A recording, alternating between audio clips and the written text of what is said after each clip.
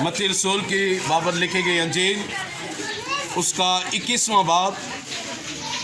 اور اس کی آیت نمبر 4 سے ہم دیکھیں گے۔ یہ اس لیے ہوا کہ جو نبی کی معرفت کہا گیا وہ پورا ہو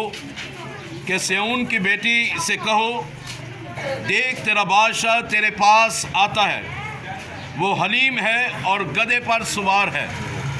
بلکہ لادو کے بچے پر۔ پس شاگردوں نے جا کر جیسا یسوع نے ان کو حکم دیا تھا ویسا ہی کیا، اور گدھی اور بچے کو لا کر اپنے کپڑے ان پر ڈالے، اور وہ ان پر بیٹھ گیا۔ اور بھیڑ میں کے اکثر لوگوں نے اپنے کپڑے راستہ میں بچھائے، اور اوروں نے درختوں سے ڈالیاں کاٹ کر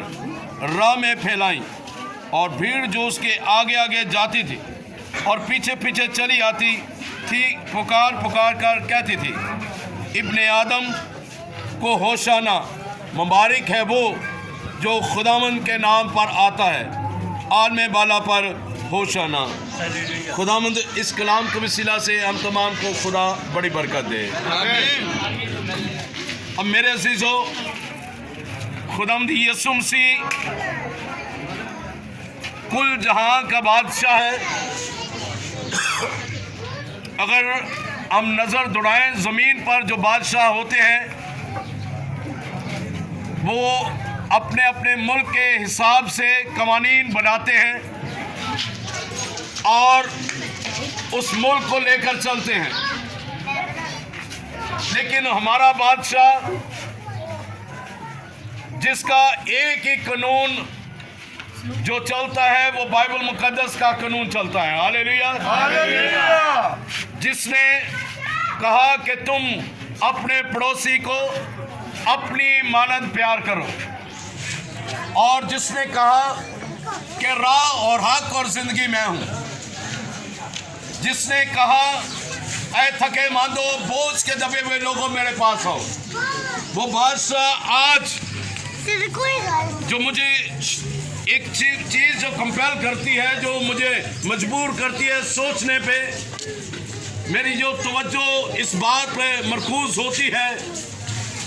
وہ یہ ہے کہ یسوع مسیح بادشاہوں کا بادشاہ، شہنشاہوں کا شہنشاہ، جس کی ران اور پوشاک میں لکھا ہوا ہے کہ وہ بادشاہوں کا بادشاہ اور خداوندوں کا خدا ہے، اور جس کے بارے میں کہا گیا ہے کہ وہ پرنس آف پیس ہے، سلامتی کا شہزادہ ہے، جس کے کندھے پر سلطنت ہے، جو راست بازی کا پٹکا پہنے ہوئے ہے، وہ جو کل کائنات پر حکمرانی کرتا ہے، وہ بادشاہ جو ہمیں پیار کرتا ہے،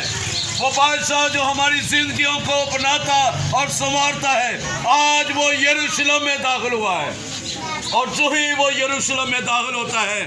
تو کلام مقدس میں لکھا ہوا ہے کہ وہ اس کے آنسو نکل آتے ہیں، وہ رو پڑتا ہے، اس لیے کیونکہ وہ جس مقصد کے لیے آیا، جس نے اعلانیہ کہا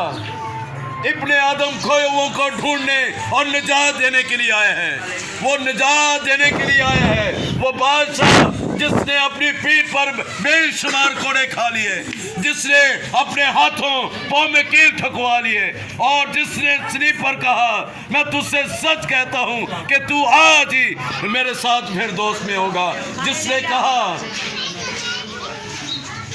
جس کے گناہ تم معاف کرو گے ان کے معاف کیے جائیں گے، جن کے گناہ تم قائم رکھو گے ان کے قائم رکھے جائیں گے۔ وہ بادشاہ یروشلم میں داخل ہوا، اس کے آنسو نکل آتے ہیں۔ آج وہ یروشلم آپ کا یہ علاقہ جہاں پر ہم نے جلوس نکال کر گواہی دی ہے، جس میں ہم نے پرستش کی ہے، دعائیں کی ہیں، کلام سن رہے ہیں، ہم اس یروشلم میں، ہم اس یروشلم کے باسیوں کے لیے ہم دعا گو ہیں کہ خدا